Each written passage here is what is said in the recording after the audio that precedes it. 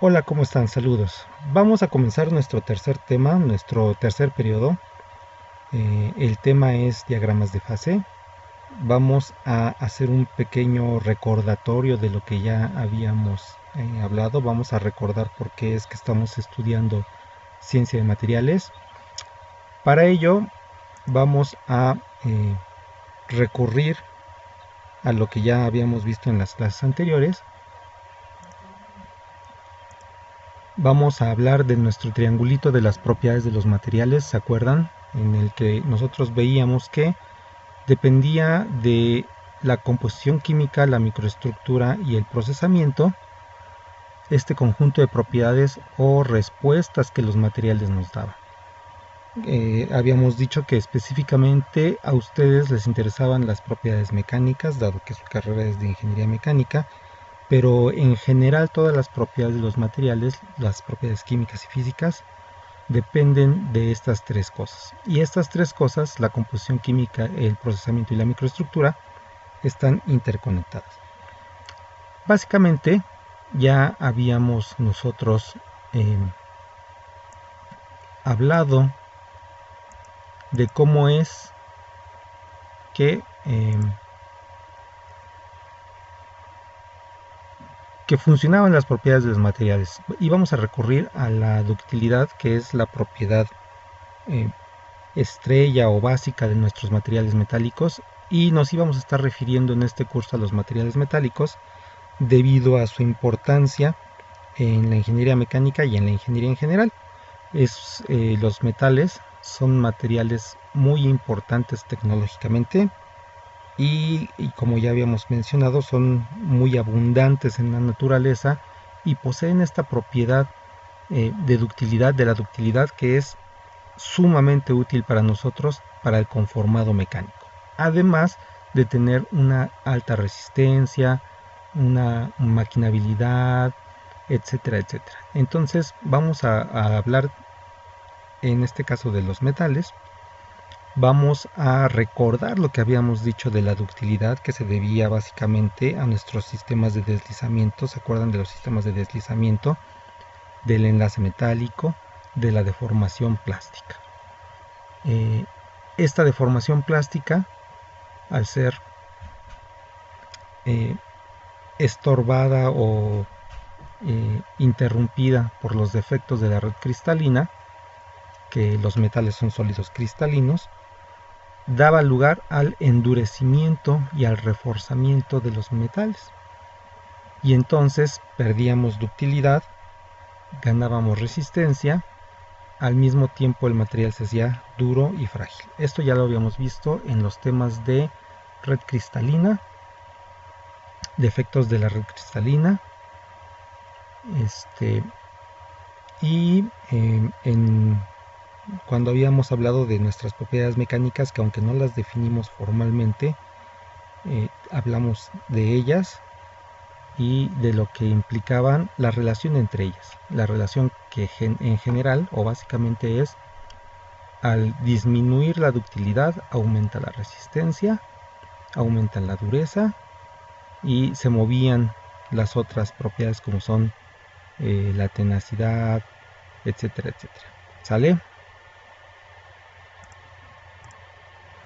Ok, entonces, ¿qué es lo que sigue para nosotros? Lo que sigue para nosotros, que ya habíamos estado estudiando los defectos de red y cómo es que el incremento en el número de defectos de red en un material daba este incremento de la resistencia. Pues bueno, ahora nos toca hablar de la microestructura. Ya habíamos hablado de que composición química y procesamiento para ustedes resulta de alguna manera ya intuitivo, puesto que conocen los diferentes procesos de manufactura o espero estén familiarizados con los procesos de manufactura, ya tomaron sus cursos de química, entonces digamos que ya tienen esta parte de la composición química y el procesamiento. Estamos hablando de la microestructura.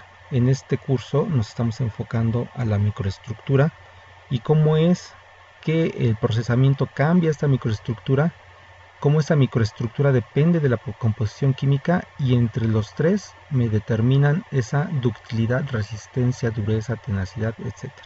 ¿Sale? Entonces para nosotros el término que sigue para descifrar es la microestructura y ya habíamos comenzado a hablar de ello.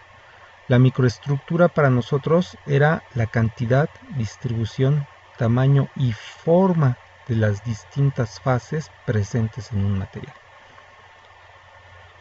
Podemos apreciar aquí en la fotografía unas fotomicrografías, así se llaman, fotomicrografías, puesto que estas son fotografías tomadas al microscopio y lo que observamos son los materiales metálicos aumentados entre 100 y 500 veces y sometidos a una técnica especial de ataque químico para poder revelar esta composición característica de los metales. Lo que estamos observando en estas imágenes es la composición de los materiales metálicos por distintas sustancias. Habíamos hablado de que, ya habíamos hablado también de las fases, que las fases eran las porciones. Ahorita vamos a definir de nuevo, vamos a repasar todo eso, pero ya habíamos mencionado que los materiales, aunque macroscópicamente los metales se vean homogéneos, microscópicamente lucen heterogéneos. Esto se debe a que su composición química propicia que se formen estas distintas fases. Podemos observar aquí en las imágenes que tenemos partes claras y partes oscuras, parece como un mosaico, como el piso de nuestros antiguos edificios de la ESIME Culhuacán, en donde tenemos, ese piso se llama terrazo, tenemos pedazos oscuros, tenemos pedazos claros, todos agregados, es decir, todos pegados para conformar una sola superficie. Los materiales metálicos, en este caso arriba, las dos imágenes superiores corresponden a fotomicrografías del acero, las dos imágenes inferiores corresponden a fotomicrografías del aluminio. Están compuestos de diferentes fases. El aluminio y el acero, aunque nosotros los veamos homogéneos en un corte que hagamos en el metal, si lo pulimos y lo atacamos químicamente y lo observamos al microscopio, podemos observar que es heterogéneo. Al aumentar 400 veces, 300 veces, podemos observar que está compuesto de distintos parches oscuros y claros, de diferentes zonas, de diferente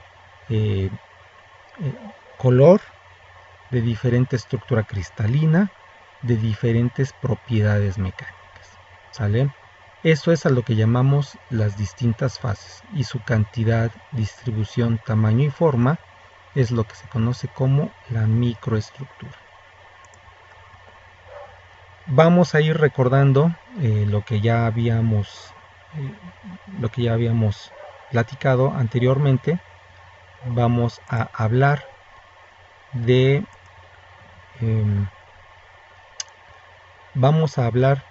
nuevamente de las fases, vamos a hablar nuevamente de nuestros materiales como si fuesen sistemas termodinámicos, vamos a hablar nuevamente de termodinámica.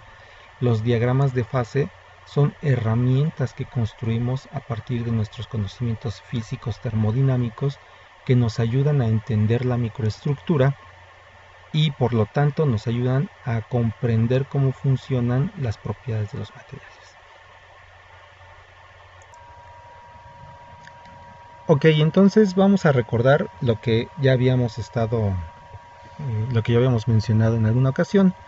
Vamos a establecer que nuestros materiales, pensemos en un sistema metálico, en un metal, en un acero, por ejemplo. Ustedes recordarán que un acero es una mezcla de dos elementos químicos, el hierro y el carbono. Por ejemplo, un acero 1018 está compuesto de 0.18% de carbono y el resto, es decir, 99.82% de hierro. Entonces, estos materiales, al nosotros mezclarlos para dar lugar al acero, podemos estudiarlos desde el punto de vista químico y físico, es decir, termodinámico, como si fuesen un sistema. Nosotros podemos aplicar nuestras reglas de la termodinámica a las transformaciones que ocurren en el acero, y entonces podemos entender cómo es que surge la microestructura. La microestructura efectivamente surge a partir de las transformaciones que ocurren en nuestro sistema metálico. Para ello necesitamos hacer de nuevo, recordar nuevamente todos nuestros conceptos de termodinámica para poder abordar el estudio termodinámico de nuestros sistemas metálicos. A esto le vamos a llamar diagramas de fase. La forma en que vamos a estudiar termodinámicamente a los materiales metálicos es a través de los diagramas de fase. Vamos a recordar nuestros principios termodinámicos. Ustedes ya de alguna manera tienen los principios estudiados. En química aplicada estuvieron estudiando esto y tienen algunos de ellos. Otros que aparecen en esta presentación, vale la pena que hagan un glosario, que los investiguen y que vayan elaborando sus apuntes. Para este tercer periodo es muy valioso, será una herramienta muy valiosa que ustedes elaboren sus apuntes. Vamos a dar mucha información acerca de los diagramas de fase y conviene que ustedes la vayan apuntando de acuerdo a como ustedes la vayan entendiendo en sus cuadernos, en sus apuntes. ¿Sale? Entonces sería una especie de tarea para que ustedes hagan en su cuaderno el apuntar los conceptos que aparecen en la diapositiva y investigarlos, definirlos con los libros, con sus consultas de internet. Muy bien, procedamos entonces. Para poder nosotros entender nuestros diagramas de fase, recordemos nuestros principios de termodinámica. Tenemos por un lado, ya habíamos definido que era un sistema termodinámico. Un sistema termodinámico es aquel pedazo de universo que aislamos para su estudio. Incluso mencionamos que para poder aislar nuestro sistema termodinámico no necesitamos barreras físicas. Dijimos que la forma en que se aísla un sistema termodinámico es a través de la discriminación. Nosotros tenemos un conjunto de variables que definen a nuestro sistema termodinámico y mediante la consideración o discriminación de distintas fuentes de estas variables podemos aislar a nuestro sistema. Es decir, simplemente dejamos de prestar atención a lo que sucede alrededor, únicamente nos concentramos en las fases, es decir, los pedazos físicos que constituyen a nuestro sistema. También quedamos que hay un intercambio de energía.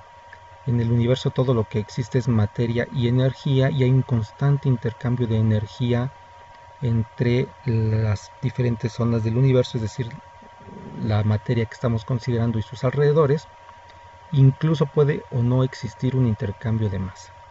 Si nosotros únicamente consideramos un tramo finito de materia como nuestro sistema y una parte de la interacción con los alrededores, es decir, un intercambio de energía específico, podemos despreciar el resto y habremos aislado a nuestro sistema. Ok, entonces nosotros ya una vez que tenemos definido nuestro sistema termodinámico, que es esa porción del universo que aislamos para su estudio, el conjunto masa-energía y cómo es que la energía se intercambia con los alrededores, todo eso forma parte de nuestro sistema. Nos daremos cuenta de que nuestro sistema termodinámico está compuesto por fases. Las fases son las porciones homogéneas que constituyen a nuestro sistema. Las porciones homogéneas son aquellas que lucen iguales, tienen igual apariencia y tienen sobre todo igual valor de las propiedades de estado. Así es como definimos a una fase, como una porción finita homogénea de un sistema termodinámico. Acabamos de mencionar que los sistemas termodinámicos están definidos por las variables de estado, y la forma en que intercambia energía con el medio ambiente. ¿Se acuerdan que dijimos que toda la materia tiene una energía, posee energía por el simple hecho de existir? Porque tiene protones, neutrones y electrones que están en un lugar determinado gracias a las fuerzas que rigen nuestro universo. La forma, la distancia, la geometría que guardan estas partículas determina una cantidad de energía que la materia posee, que habíamos mencionado, es la energía interna de un sistema, y existe una parte de esta energía, existe en forma de energía térmica. Otra parte no es tan fácilmente apreciable, la que habíamos hablado de la entropía. La energía térmica es parte de la entalpía. La entropía es parte de esa energía potencial que poseen la masa por tener átomos y electrones y protones y neutrones en un arreglo distintivo que lo hacen precisamente lo que es decir, la configuración electrónica de los átomos de cobre, de los átomos de hidrógeno, etc. Y la forma en que esta energía fluye hacia los alrededores, pues sigue unas reglas características. Ustedes conocen las reglas para la transferencia de la energía térmica, que es la que más vamos a poder nosotros apreciar. Nosotros podemos apreciar muy fácilmente el flujo de energía térmica. No tan fácilmente podemos apreciar el cambio de energía debido, por ejemplo, a la entropía. Y para nosotros poder establecer las bases del intercambio de energía térmica, tenemos precisamente a las leyes o principios de la termodinámica, que ustedes ya conocen. El principio cero, por ejemplo, de la termodinámica, que me habla de ¿de qué me habla el principio cero de la termodinámica? ¿Se acuerdan? Del equilibrio térmico, exactamente. Entonces, el equilibrio térmico, que es la energía térmica fluye de una porción de materia hacia otra o de un cuerpo hacia otro, dependiendo básicamente de la temperatura. Pasa de un cuerpo de mayor temperatura a uno de menor temperatura, y cesa el flujo de energía térmica cuando ambos cuerpos se encuentran a la misma temperatura, equilibrio térmico. ¿Sale?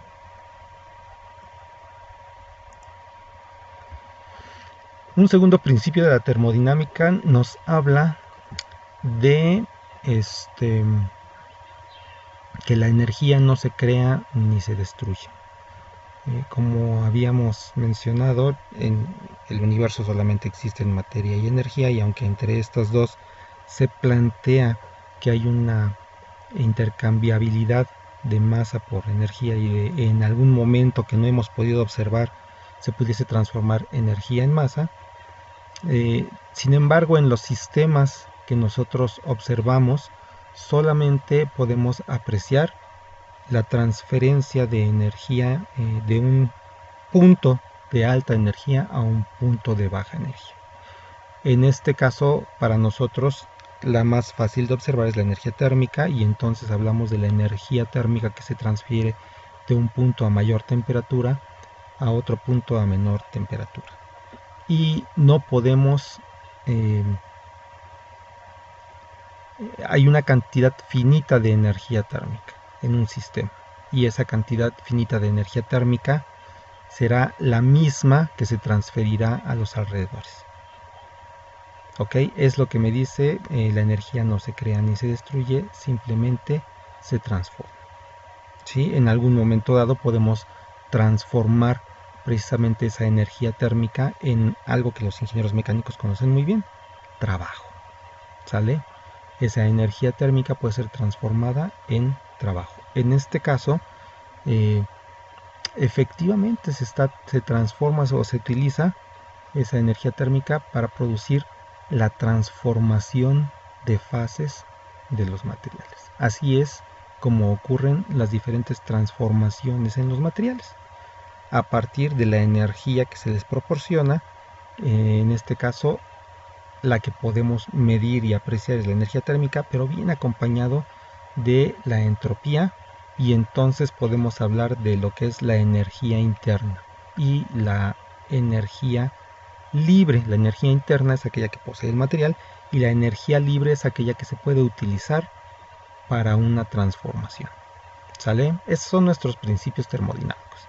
Recuerden que es nada más establecer cuáles son las reglas básicas con las cuales funciona el mundo físico que nosotros observamos, ¿sí? Se trata únicamente de decir, bueno, yo tengo flujo de energía térmica de un punto caliente a un punto frío y no puede superar la temperatura lograda a la del cuerpo que está transmitiendo el calor, y va a haber una irreversibilidad, es decir, no puedo regresarle la energía que transfirió el cuerpo 1 al cuerpo 2 o al cuerpo 3 y lograr un enfriamiento a partir del regreso de esa energía. Ese es el tercer principio de la termodinámica, ¿sí? Que nos habla de la irreversibilidad de algunos procesos como la transferencia de calor. ¿Sale? Entonces ya tenemos nuestro marco teórico de cómo funciona el mundo. Le llamamos marco teórico porque establece nuestras observaciones del mundo. No es que sea algo que funcione únicamente en el papel, es al contrario, son nuestras anotaciones que nosotros hemos hecho de cómo funciona el mundo real. ¿Sale? Nosotros hemos establecido a partir de nuestras observaciones que la energía fluye del punto de mayor temperatura al de menor temperatura, que nunca hay suficiente energía para calentar más allá de lo que permite el cuerpo inicial, la cantidad de calor guardada en el cuerpo inicial al cuerpo segundo, en donde se está recibiendo la energía térmica, y que no puedo regresar esa energía térmica a costa de un enfriamiento del segundo y tercer cuerpos. ¿Sale? Nuestros tres principios de la termodinámica. Simplemente para que recordemos de cómo estamos, de cómo funciona nuestro mundo, nuestro universo físico. ¿Sale? Ok. Lo demás son los nombres que le hemos dado precisamente a estos fenómenos, y vale la pena que hagan ustedes un repaso cuando puedan mediante la lectura de estos temas. Si nos conviene leer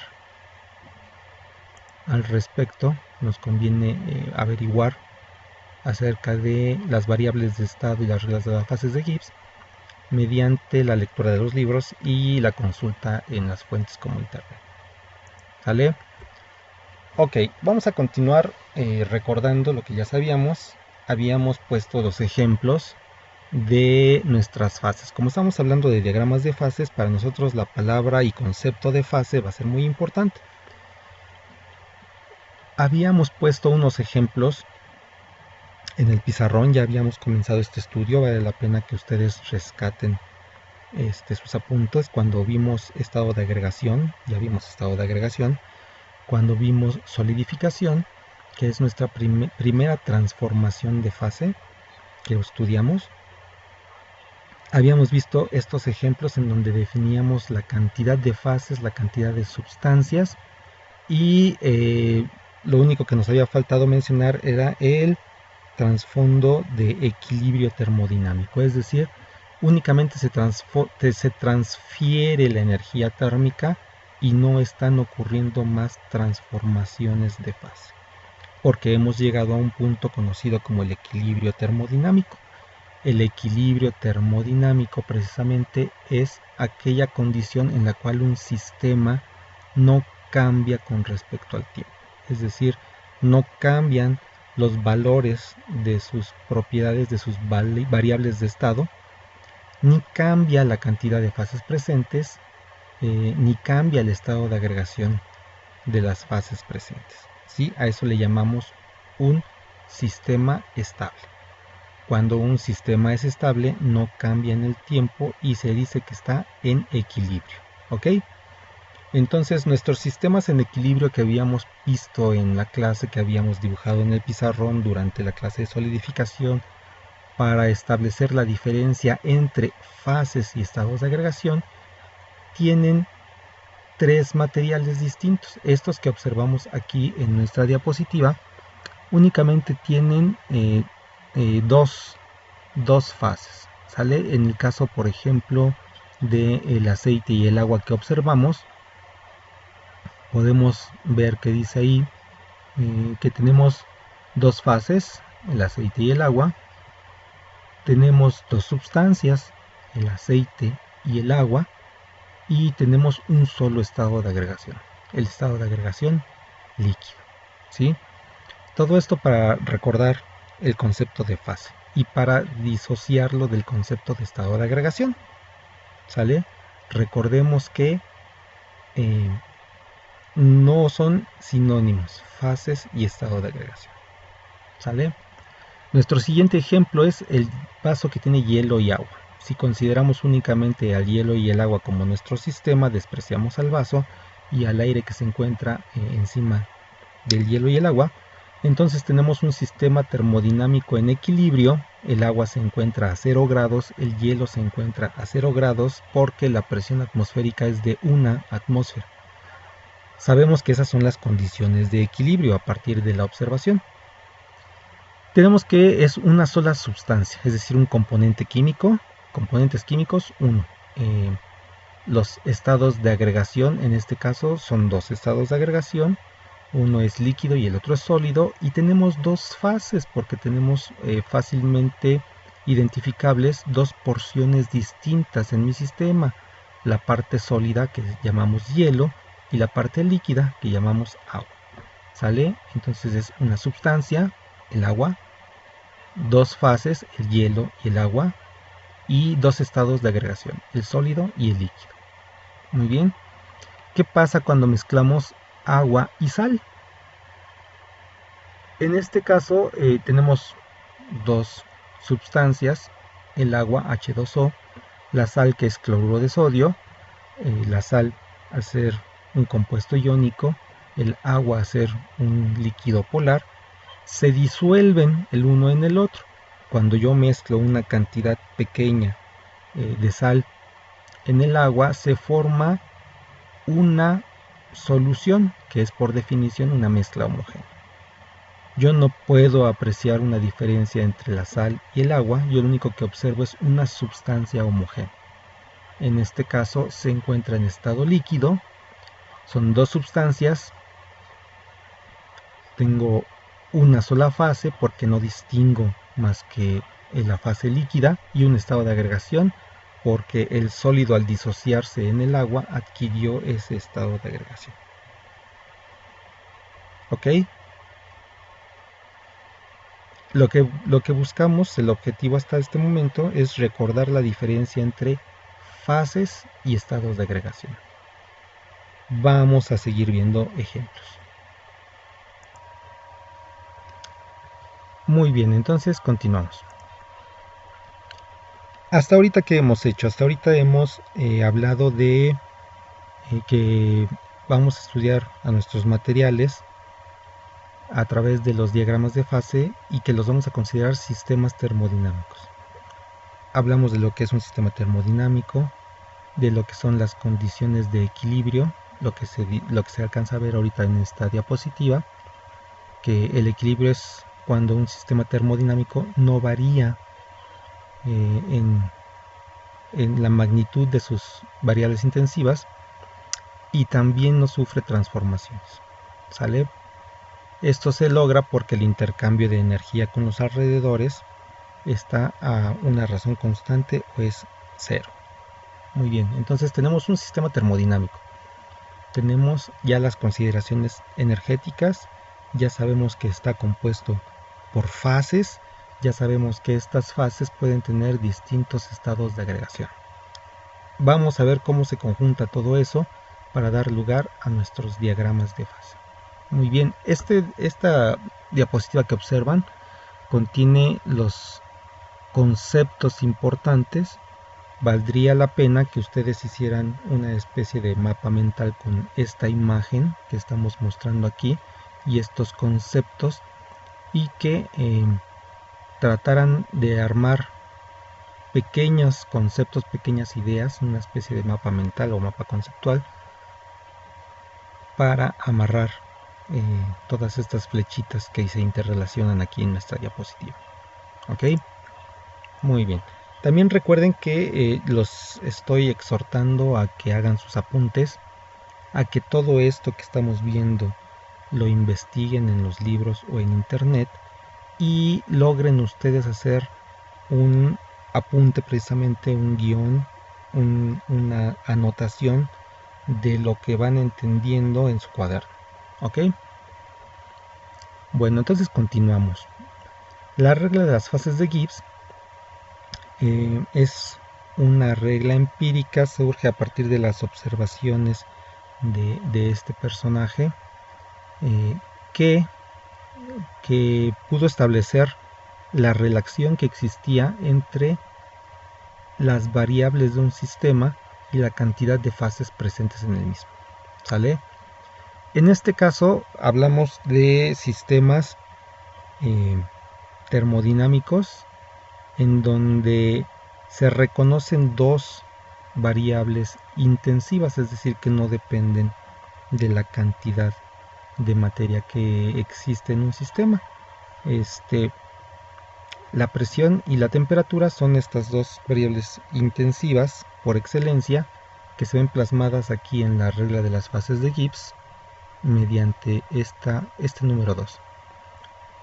Así pues, esta regla surge de la observación de las transformaciones que sufre un sistema termodinámico y nos explica, nos dice, hay un concepto llamado grados de libertad que se refiere al número de variables que se pueden modificar independientemente entre sí sin cambiar el número de fases presentes en un sistema, sin cambiar básicamente la naturaleza, lo que observamos nosotros, las fases que podemos nosotros observar en ese sistema. ¿Cuáles son las variables de estado que ya habíamos mencionado? Pues presión, volumen, temperatura y composición. Las dos variables intensivas, presión y temperatura, son para nosotros las que dan lugar a ese 2 en la regla de las fases de Gibbs. Esto que observamos aquí, esta imagen que podemos observar, es una representación tridimensional de los diagramas de fase. Lo que hemos escogido es la composición, hacerla constante. Para ello elegimos una sustancia pura. Al ser una sustancia pura, la composición siempre es 100% esa sustancia, por ejemplo 100% agua. Y entonces tenemos tres variables, presión, volumen y temperatura, que podemos variar y que se encuentran plasmadas en esta figura. ¿Sale? Y por ejemplo,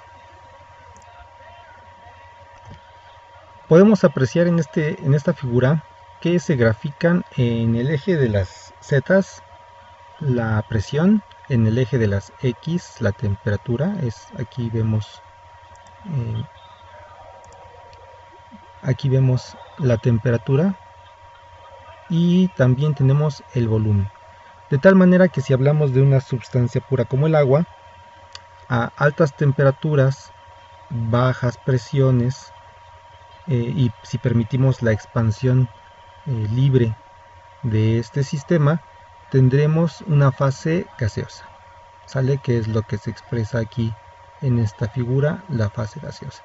Si a esa temperatura y presión comprimimos, es decir, disminuimos el volumen, entraremos hasta la zona de líquido, es decir, comprimiremos el volumen y lo transformaremos en un líquido a esta temperatura y presión.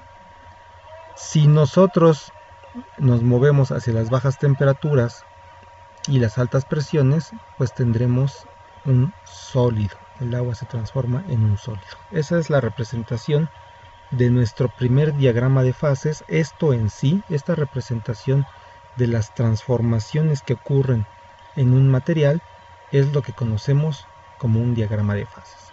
En este caso, al ser una sustancia pura, se conoce con el nombre de diagrama de fases unario, es decir, de un solo componente. ¿Sale? Este es el diagrama de fases que ustedes conocían para el agua, por ejemplo, pero ustedes conocen la representación bidimensional. Esta es la representación bidimensional. Tomamos una rebanada de la figura anterior que estaba representada en 3 dimensiones.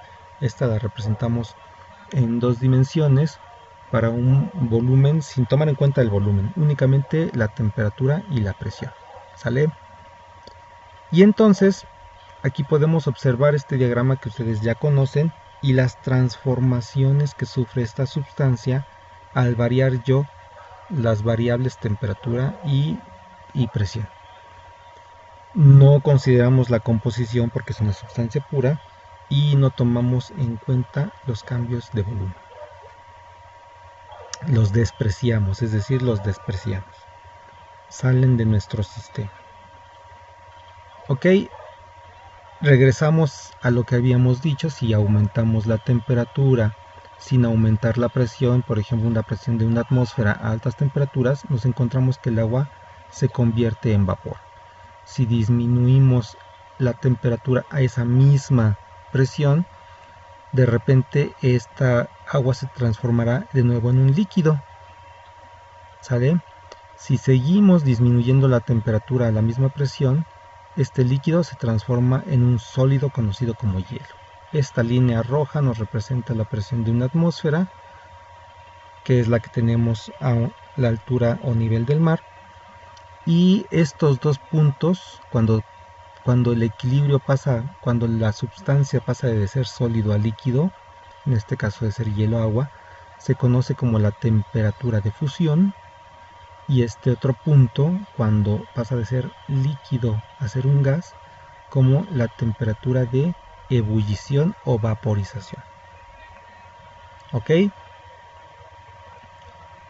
En todo momento, en cualquier punto de esta gráfica, los valores de presión y temperatura son unos solos. De tal manera que este punto en la línea que divide al hielo y el agua es la temperatura y presión de equilibrio entre hielo y agua. Las dos existen al mismo tiempo, con la misma temperatura, con la misma presión. Es decir, mientras el hielo se transforma en agua, no cambiará la temperatura a una presión constante. Eso es lo que nos explica este diagrama de fases. De igual manera, cuando el agua se transforme en vapor, durante toda la transformación existirán en equilibrio, si así lo permitimos nosotros. Esta condición de equilibrio recurre mucho al flujo de energía. El equilibrio termodinámico siempre se logra cuando el flujo de energía ocurre a razones bajas o a rapideces bajas. Si yo doy suficiente tiempo, mucho tiempo para que la energía se transfiera, tiene más energía el agua en forma de vapor que el agua en forma líquida. Si yo doy suficiente tiempo a que la energía se absorba de los alrededores, yo tendré un sistema en equilibrio. Cuando el agua se transforma en vapor, bajo esas condiciones de equilibrio, tanto la temperatura del agua como la temperatura del vapor son de 100 grados Celsius a una atmósfera de presión. Eso es lo que me marca este diagrama. Esa es la interpretación de las observaciones hechas para construir este diagrama. ¿Qué ocurre si yo aumento la presión? Ya no es una atmósfera, es una presión mayor. Bueno, pues estas temperaturas cambian. Las temperaturas de equilibrio a las cuales se transforma el hielo en agua y el agua en vapor cambian. No es tan significativo, por ejemplo, la variación de la temperatura de equilibrio de solidificación o de fusión. Si vamos de hielo a agua es de fusión, si vamos de agua a hielo es solidificación. Esta temperatura no cambia mucho con el incremento de presión, eso lo observamos en una línea casi vertical en este diagrama. Pueden observar aquí en este recuadro que este es un dibujo a escala. Este que nosotros estamos observando en grande es un dibujo fuera de escala. Si nosotros leemos los cambios sobre el eje de las Y y de las X, veremos que no son lineales. En este cuadrito hay un dibujo a escala y esta línea es casi vertical. Quiere decir que este cambio de temperatura con la presión es prácticamente nulo. No así la temperatura de equilibrio entre agua y vapor, esta cambia significativamente, de tal manera que cuando aumenta la presión, también aumenta la temperatura de ebullición. Al disminuir la presión por debajo de una atmósfera, esta temperatura de equilibrio también disminuye, como lo indica esta curva inclinada con pendiente positiva. Y entonces es por eso que nosotros podemos observar el fenómeno de que el agua ebulle a una menor temperatura mientras nosotros nos desplazamos a una altura mayor sobre el nivel del mar, dado que eso establece una disminución en la presión atmosférica. Cuando yo subo a una montaña, disminuye la presión atmosférica y entonces, como resultado de esta disminución de una atmósfera de presión atmosférica, yo tengo una disminución en la temperatura de equilibrio de transformación agua-vapor, es decir, disminuye la temperatura de ebullición del agua. Por ejemplo, en la Ciudad de México, específicamente en la escuela, en la ESIME Culhuacán, esa temperatura anda alrededor de 92.8 grados. ¿Cómo es que yo sé el valor exacto de la temperatura de ebullición en la escuela? Porque la hemos determinado experimentalmente.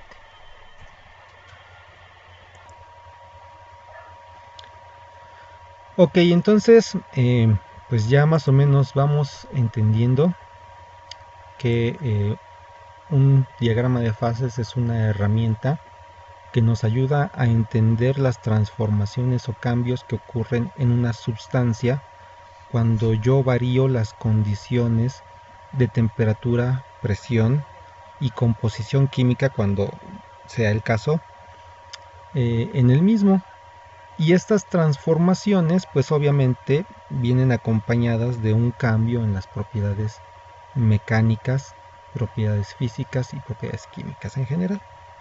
Eso es lo que significa para nosotros un diagrama de fases. Va a ser una herramienta que nosotros vamos a poder utilizar para seguir estas transformaciones. Y nosotros estudiaremos cómo es que estas transformaciones en los materiales metálicos dan lugar a la microestructura. ¿Sale?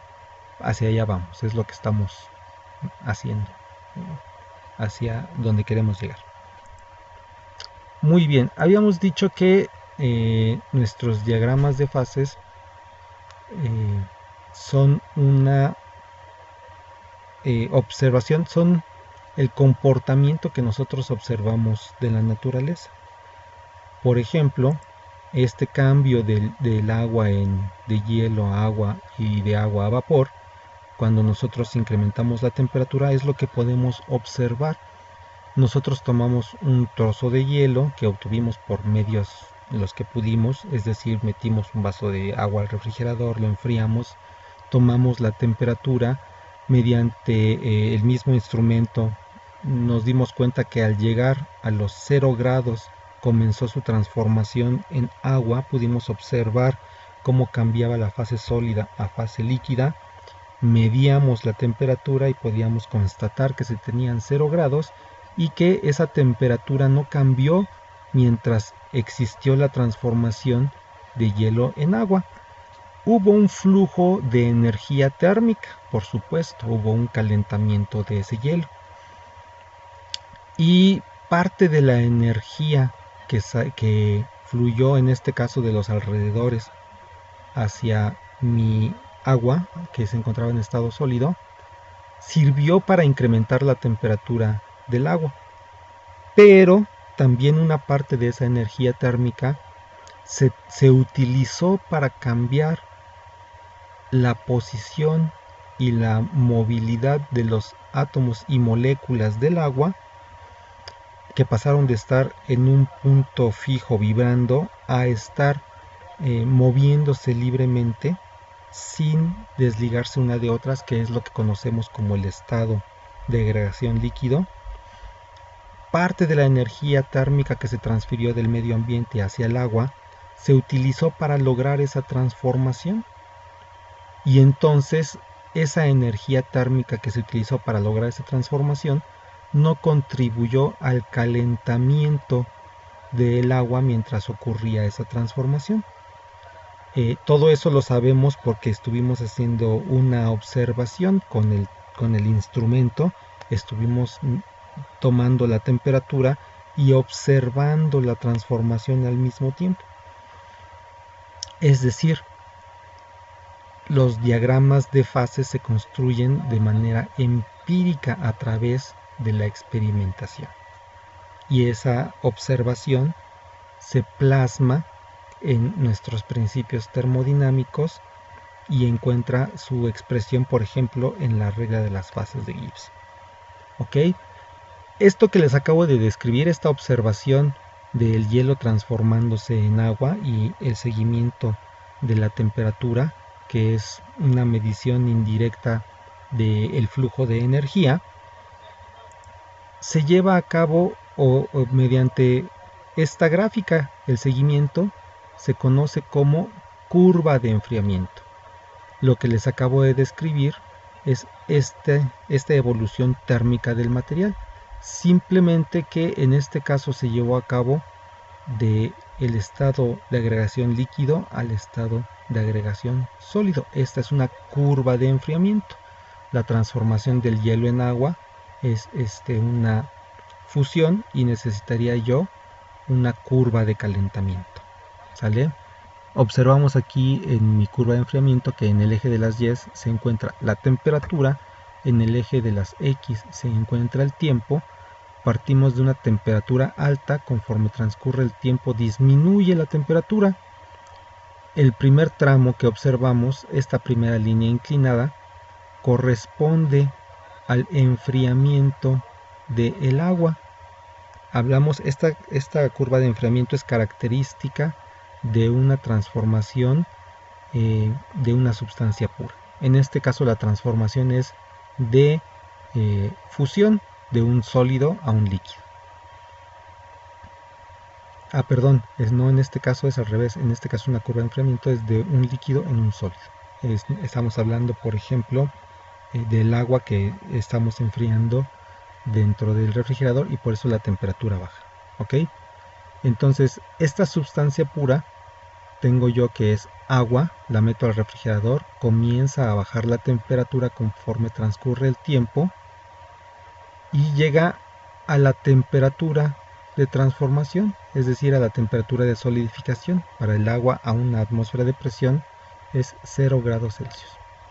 Cuando llega a esta temperatura, comienza a ocurrir la transformación. Yo veo que el agua, que es líquida, se transforma en sólido. Es fácil de apreciar ese cambio. Y sigo midiendo la temperatura mientras progresa la solidificación, que ya habíamos descrito el periodo anterior. ¿Cómo es que ocurre? Es decir, aquí comienza la nucleación y el crecimiento. En este caso, como no existe el fenómeno de subenfriamiento, tenemos una nucleación heterogénea extensa, y no cambia la temperatura durante toda la transformación. Esta es una curva de enfriamiento de una sustancia pura sin subenfriamiento, ¿se acuerdan?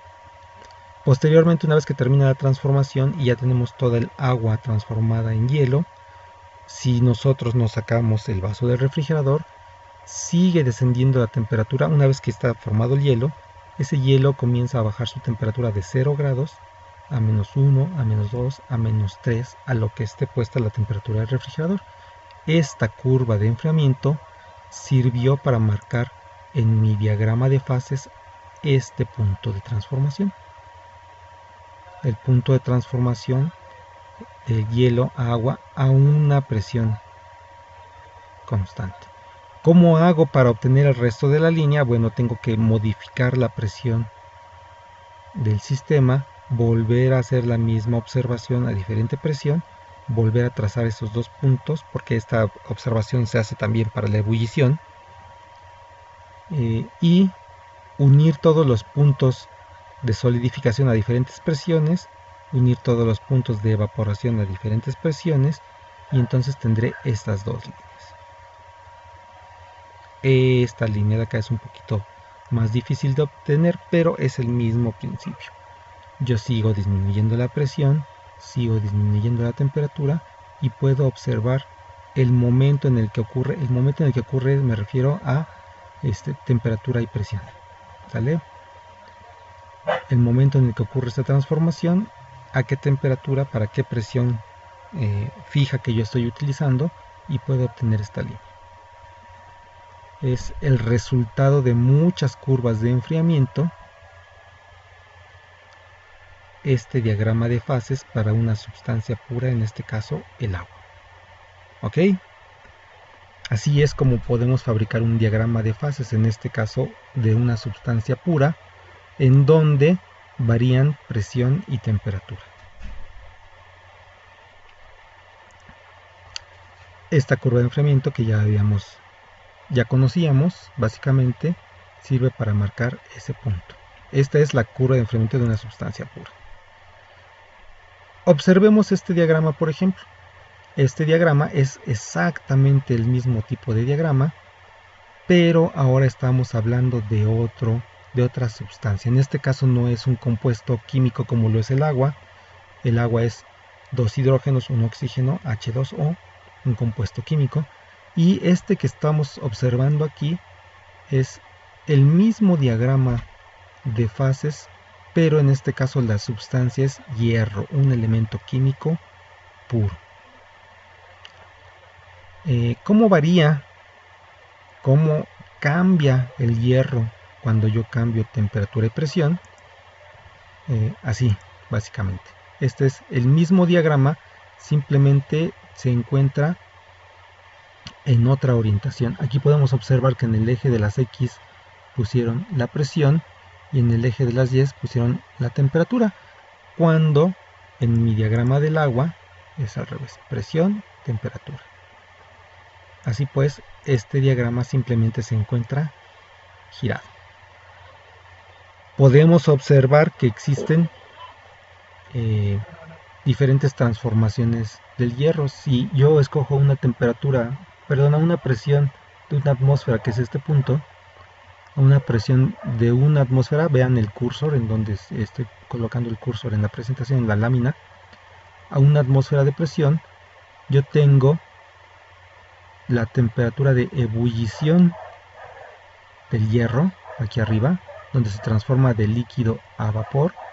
Por aquí está la temperatura de ebullición, ni siquiera me la marca porque es una temperatura muy elevada. Y también tengo la temperatura de transformación del líquido en sólido, es decir, la temperatura de solidificación del hierro puro. ¿Sale? En este caso 1538 grados a una atmósfera de presión es la temperatura de solidificación del hierro puro. Observamos algo curioso. En este diagrama hay todavía otras zonas marcadas. En el caso del agua solamente teníamos 3 zonas: cuando el agua es sólida, cuando el agua es líquida y cuando el agua es gas o vapor. ¿Sale? 3 zonas, 3 estados de agregación. Cada una de estas zonas me describe a una fase, ¿sí? El hielo, que es una fase, aquí nada más hay agua sólida. Después la línea que me marca el equilibrio entre las dos fases. En esta línea, en estos puntos, yo tengo dos fases al mismo tiempo, sólido y líquido. Aumenta la temperatura y ya nada más tengo una fase que es líquida. Sigue aumentando la temperatura y vuelvo a tener un punto de equilibrio en donde existen agua, que es decir, líquida, fase líquida y fase vapor, en este punto hasta que termina la transformación, y después todo es fase vapor. Solo hay 3 regiones correspondientes a 3 estados de agregación y 3 fases distintas en el agua. Muy bien. Pero ¿qué ocurre con el hierro? El hierro tiene una zona vapor, 2 zonas líquido, 3 zonas. Aquí tiene, esta es una zona marcada como delta, una zona marcada como gamma, es todo este pedazo del diagrama, gamma, y luego una zona marcada como alfa. El hierro tiene 3 transformaciones de estructura cristalina.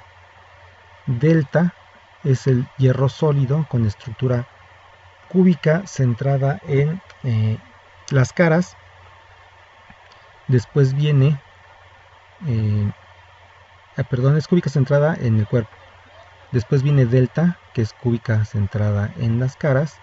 Y posteriormente alfa, que es nuevamente cúbica centrada en el cuerpo. De tal manera que el hierro tiene 1, 2, 3, 4, 5 zonas en su diagrama de fases. Y son 5 fases distintas. De estas 5 fases, 2 se encuentran en estado de agregación distinto al sólido. Una es vapor, otra es líquido. Y tengo 3 fases distintas en estado de agregación sólido. Son diferentes porque una tiene una estructura cúbica centrada en el cuerpo, otra es cúbica centrada en las caras y de nuevo cúbica centrada en el cuerpo. Son distintas y las puedo diferenciar no tan fácilmente a simple vista porque son 3 sólidos metálicos, pero cambian sus propiedades mecánicas, sus propiedades físicas, por ejemplo la magnética, y cambian sus propiedades químicas también.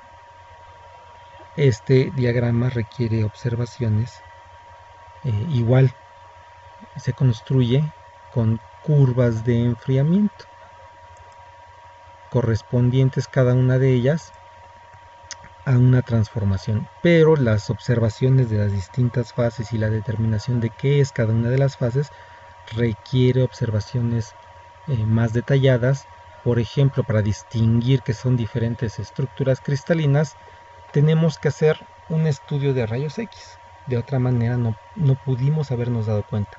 Supimos mediante la curva de enfriamiento que existía una transformación, pero no teníamos idea de qué transformación era hasta que hicimos la prueba de difracción de rayos X, en donde pudimos observar que se trataba de una transformación de su estructura cristalina.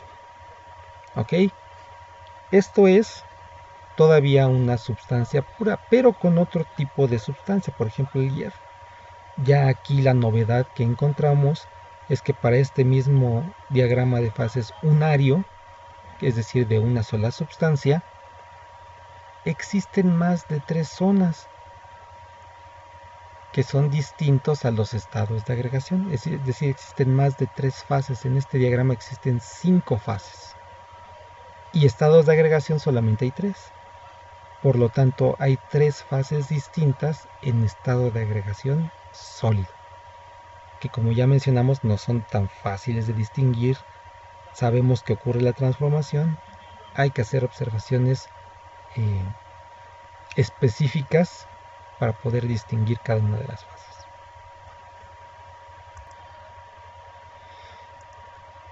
Ok, entonces, recapitulando, estamos tratando de explicar mediante los diagramas de fase cómo es que se transforman las sustancias cuando yo cambio temperatura, presión, composición química, básicamente en el estado sólido, que es el que nos interesa a nosotros como ingenieros, aunque no es el único. También de repente la hidráulica y la neumática nos hacen considerar los estados de agregación líquido y gaseoso, pero en ingeniería mecánica es más objeto de estudio el estado sólido, la interacción de los sólidos con las fuerzas que les aplicamos es básicamente el objeto de estudio de la mecánica.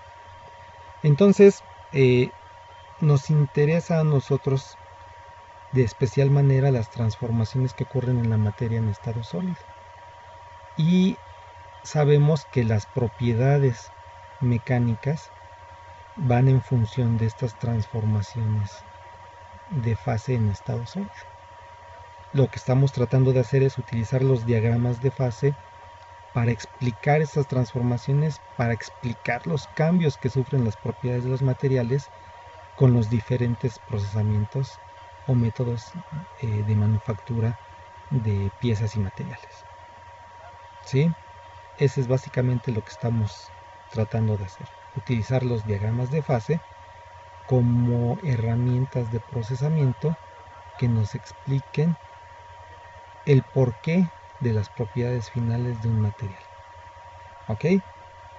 No hemos tocado el caso de materiales ampliamente utilizados en la ingeniería, puesto que las sustancias puras son muy poco utilizadas en la vida real, no digamos en la ingeniería. En la ingeniería los metales que utilizamos son básicamente mezclas de distintos metales. Es lo que estamos tratando de describir. Cuando yo mezclo dos metales, por cualquier vía que yo procese ese material, voy a terminar obteniendo una microestructura específica. Y los diagramas de fase me van a decir qué puedo yo esperar de esa microestructura, cómo puedo cambiar esa microestructura para cambiar las propiedades mecánicas de ese material. ¿Ok? Bueno, pero eso es todavía lo que esperamos lograr, ¿sí? Todavía no tenemos el panorama completo. Eso es lo que estamos intentando, obtener un panorama más completo de los diagramas de fase. Hasta ahorita nuestros diagramas que hemos analizado son para una sustancia pura, y entonces el siguiente paso es preguntarnos qué ocurre cuando yo mezclo dos sustancias. Cuando yo mezclo dos sustancias, yo tengo dos opciones. Que ocurra simplemente una combinación física o que ocurra una combinación química de los mismos.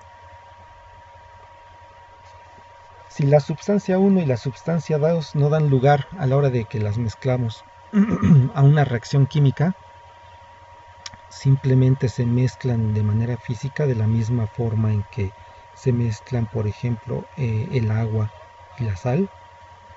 Yo tengo básicamente una mezcla.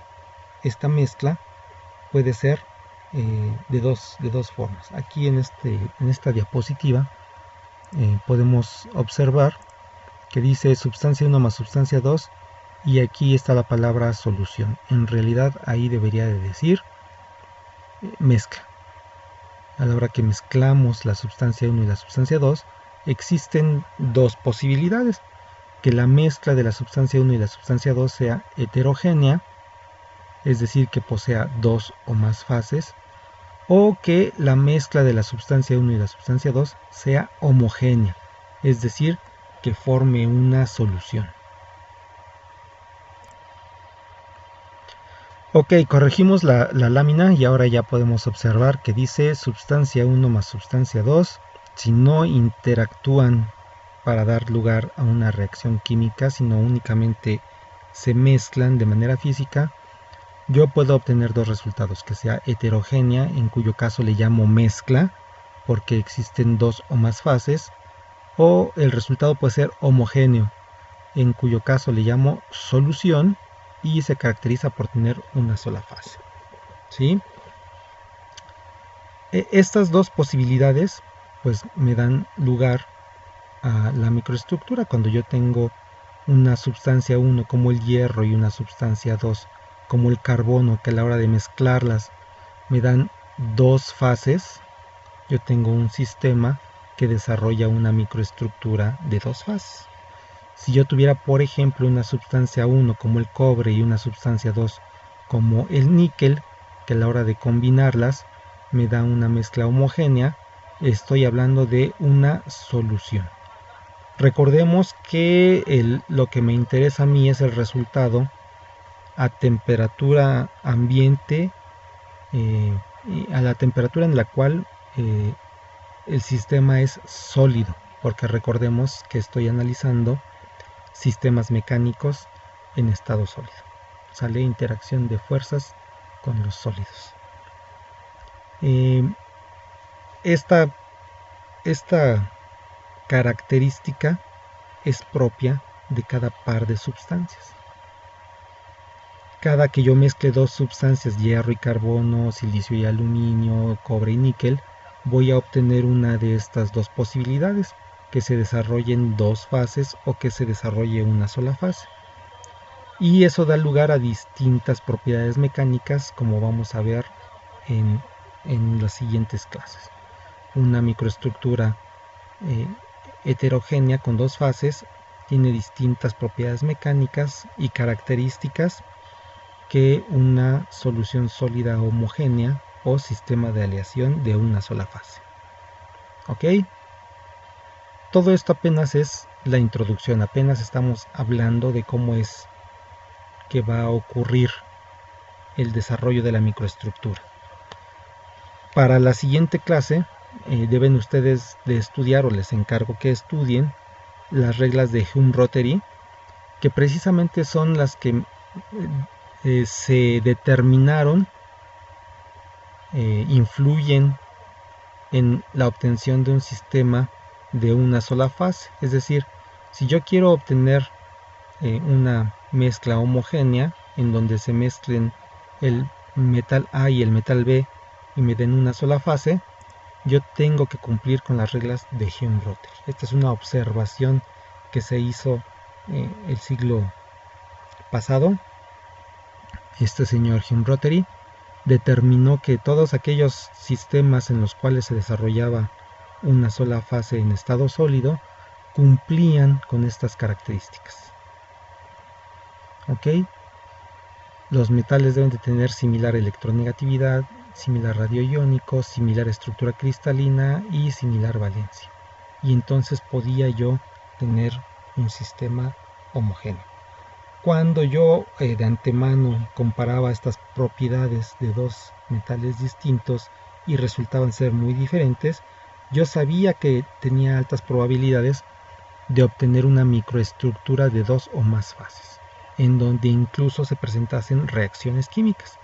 Así es, cuando yo mezclo dos metales pueden presentarse incluso reacciones químicas. Se forman compuestos químicos entre dos metales, por cierto llamados intermetálicos. Ok, para la siguiente clase entonces estudiar las reglas de Hume-Rothery, que van a dar lugar a estos sistemas en donde solamente existe una fase en estado sólido, también existe una sola fase en estado líquido, y dan lugar a unos diagramas de fase conocidos como isomorfos. Pero estos diagramas de fase ya son binarios, es decir, poseen dos componentes. Ya no es una sustancia pura, sino es un metal A y un metal B, que a la hora de mezclarlos me van a dar lugar a una fase líquida. Posteriormente, con el enfriamiento, obtendré un sólido, y cuando la transformación se termine no voy a poder distinguir fases a nivel microscópico, es decir, va a ser una mezcla homogénea a nivel microscópico, y tendré unas propiedades mecánicas características de este sistema homogéneo. Este diagrama de fases, que llamamos isomorfo, es el primer diagrama de fases binario que vamos a estudiar. Les encargo entonces para la siguiente clase el estudio de estas reglas de Hume-Rothery. Las analizaremos detenidamente en la siguiente clase para ver cómo se construyen los diagramas de fases isomorfos. Hablaremos de la microestructura y las propiedades mecánicas. Posteriormente veremos el caso cuando ocurre la reacción química entre el metal A y el metal B, y veremos los diagramas eutécticos con solubilidad sólida y sin solubilidad sólida. El eutéctico es la reacción que se desarrolla entre el metal A y el metal B cuando no existe compatibilidad de las reglas de Hume-Rothery, o la compatibilidad establecida mediante las reglas de Hume-Rothery.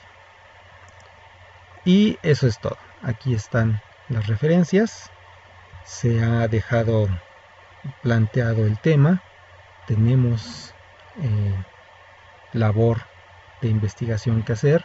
Recuerden que es parte de su tarea el investigar los términos, que deben de leer ustedes estos temas nuevamente en los libros, y si acaso después de la lectura y la investigación y el repaso de la presentación no quedan claros la totalidad de los temas, pues entonces pueden ustedes recurrir a las herramientas de Hangouts, de correo electrónico o de los mensajes privados en Classroom para establecer sus dudas. Obviamente yo prefiero que me pregunten a través de Hangouts porque la interacción es inmediata y yo me doy cuenta en el momento en el que ustedes me hacen la pregunta.